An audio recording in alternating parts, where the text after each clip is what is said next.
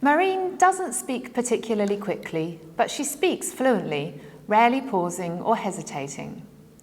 She uses phrases to give herself time to think and to organise her ideas.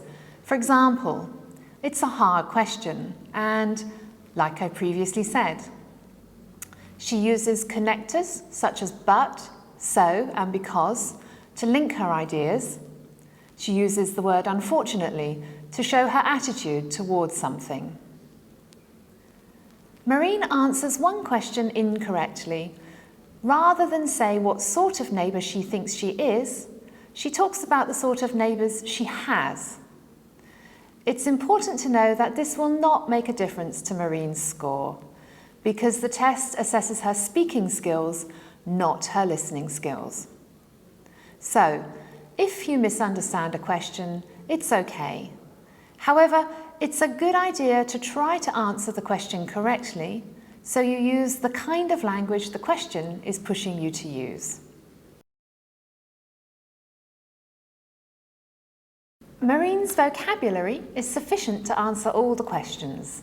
She uses a couple of incorrect words such as retake the book and refind, but I could understand what she meant from the other words she used around these mistakes.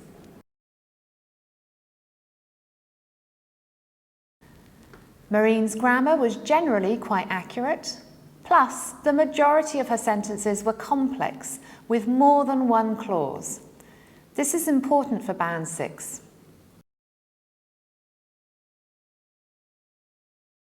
Marine mispronounces some sounds in a few individual words, for example said, huge, and hands, and also uses the wrong word stress on one or two words, such as unfortunately.